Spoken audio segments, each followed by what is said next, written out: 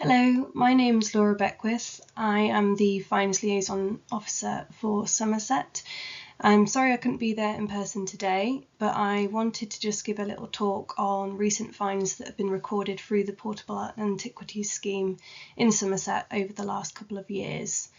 So for those of you who don't know, the Portable Antiquities Scheme is a national scheme set up by the British Museum, and there's about 50 flows throughout the country. We all work together and work alongside other institutions to help record objects that are found by members of the public, mostly metal detectorists, but also dog walkers and things like that. So it's finds that wouldn't be recorded otherwise, they're not from excavation. So it's a really important scheme helping to understand our local archaeology. So just looking at the county in summary, so we've had about 1,000 Roman objects recorded across Somerset throughout 2024 and 2025. And we've had about 10 Roman treasure cases as well.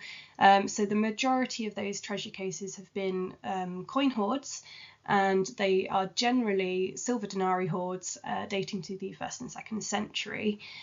However, we have had some nice objects come through, such as finger rings and stuff like that. So we do get a bit of variation, but it is tending to skew towards the earlier periods.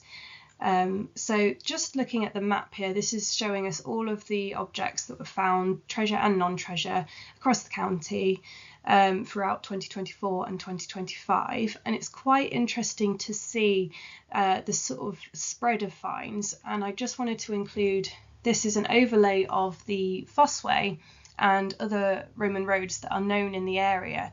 So you can kind of see where the finds have been found, how it correlates with known sites. But then you can see also we've got some areas such as those towards the west of the country near the Quantocks and Exmoor, where we've got suspected activity.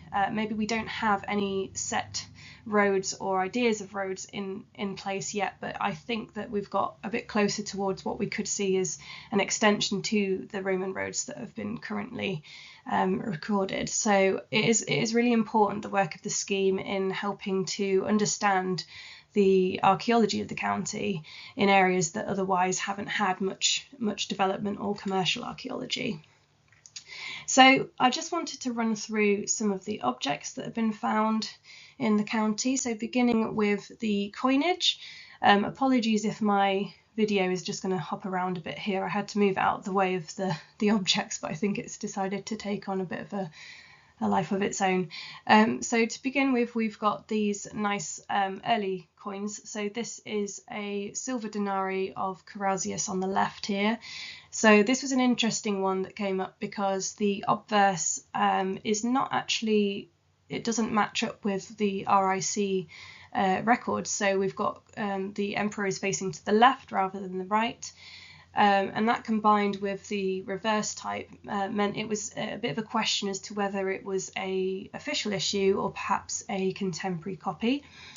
So I had a colleague XRF it for me, and it came back as being about 91% silver, which means that it is very likely to be an official issue, and therefore just a new type that we haven't had recorded yet. So that was quite exciting. And on the right here we have a bronze sestertius of Lucilla. So Lucilla was one of the few female authorities that we see on the coinage of the Roman period.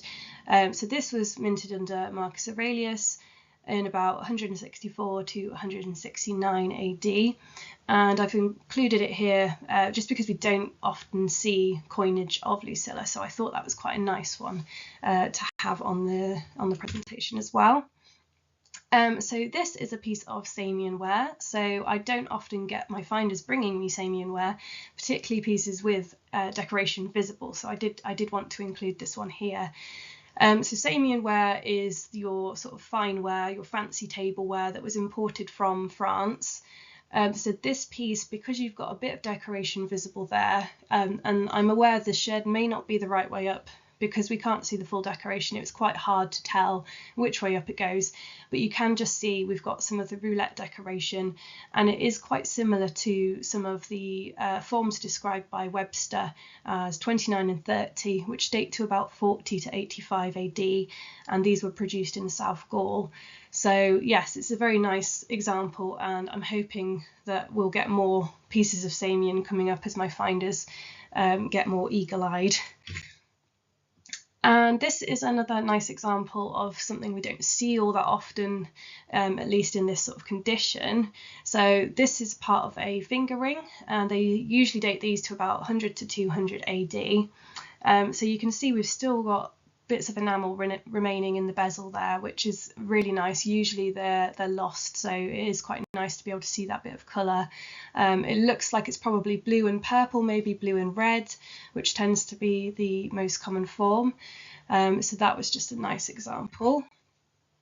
And again, more pieces that have been retaining their enamel, which we don't see as often, is on plate brooches and disc brooches. So these span the entirety of the Roman period, more or less. You've got your early types from the 1st, 2nd century there, and we've got some 4th century types as well. So again, these seem to use a lot of red and blue in the colouring, and you can see we've got the adhesive that would fix the enamel to the actual brooch, retaining there as well. So these are just some really nice examples of pieces in particularly good condition. So I wanted to include those here. And this is another object that has some enamel remaining. So this is part of a seal box. So this would be the lid portion. So a seal box was used to create a wax seal. So you can see you've got there the holes on either side of the box where the cord or the thread would have been placed through to help affix the seal. So these usually date to the 1st, 2nd century, based on the style of decoration there. And again, you've got some nice, what probably is bluish and red enamelling. It's quite hard to tell with the preservation there, but it's quite a few pieces of the enamel is still remaining, which is nice to see. I haven't had a full seal box recorded before, but we do often get these lids, so they are quite nice pieces. So here are some examples of anthropomorphic types of objects that we see in the Roman period. So these have been recorded as spatula handles. The object on the left has been said to be possibly a spatula handle or maybe a knife pommel, but either way it's just a bit of a representation of the anthropomorphic type of objects that we see. So if these were spatula handles, they would have been used to flatten down pieces of wax onto writing tablets and things like that. So they might have been linked to deities or gods. Usually that's the sort of thing that they try and invoke. The object on the left looks like quite uncomfortable to hold, perhaps more decorative than functional.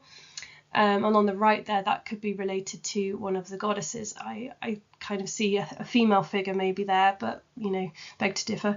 So these are usually broadly dated because we don't have any particular date ranges for them, but they are quite interesting objects. And we also see examples of zoomorphic objects as well quite frequently. So on the left here we have a brooch which is in the shape of a cockerel.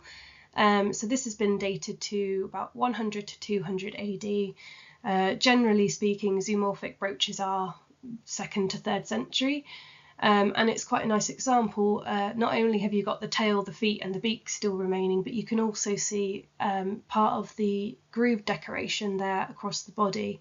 So although the pin is missing, it's quite a good example of something in fairly good condition for the period. And on the right there, we've got another zoomorphic object. So this was recorded as a figurine or a mount. So it might have been a vessel mount, perhaps. Again, it looks like it's in the shape of a bird of some kind.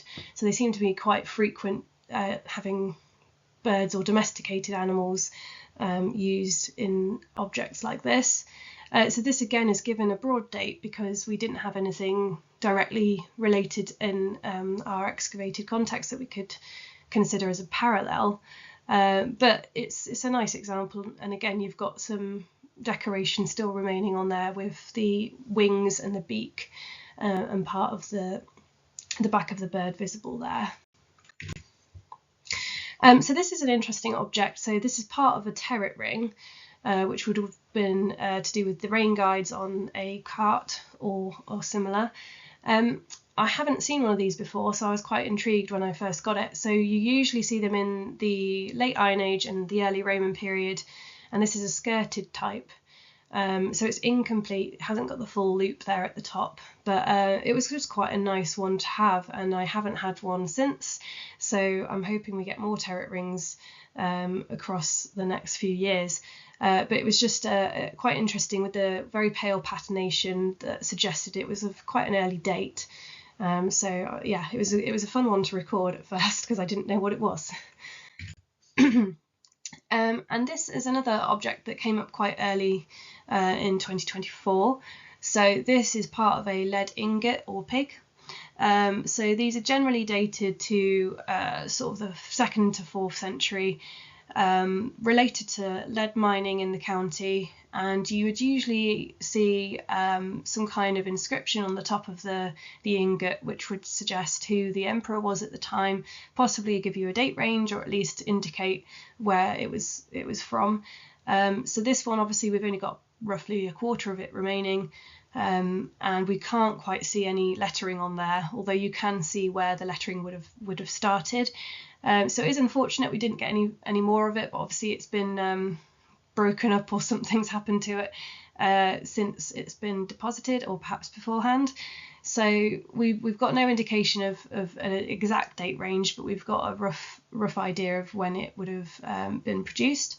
And there are some quite nice examples in museums locally as well, so it was quite cool to have one come up, even though we can't get any further information from it. And so these are just some treasure cases that have come up recently. So on the left here we've got this beautiful silver clasp, so this is probably from a necklace. It's quite a really interesting piece. I mean, we haven't seen any of these before in the county, so they're really nice to have.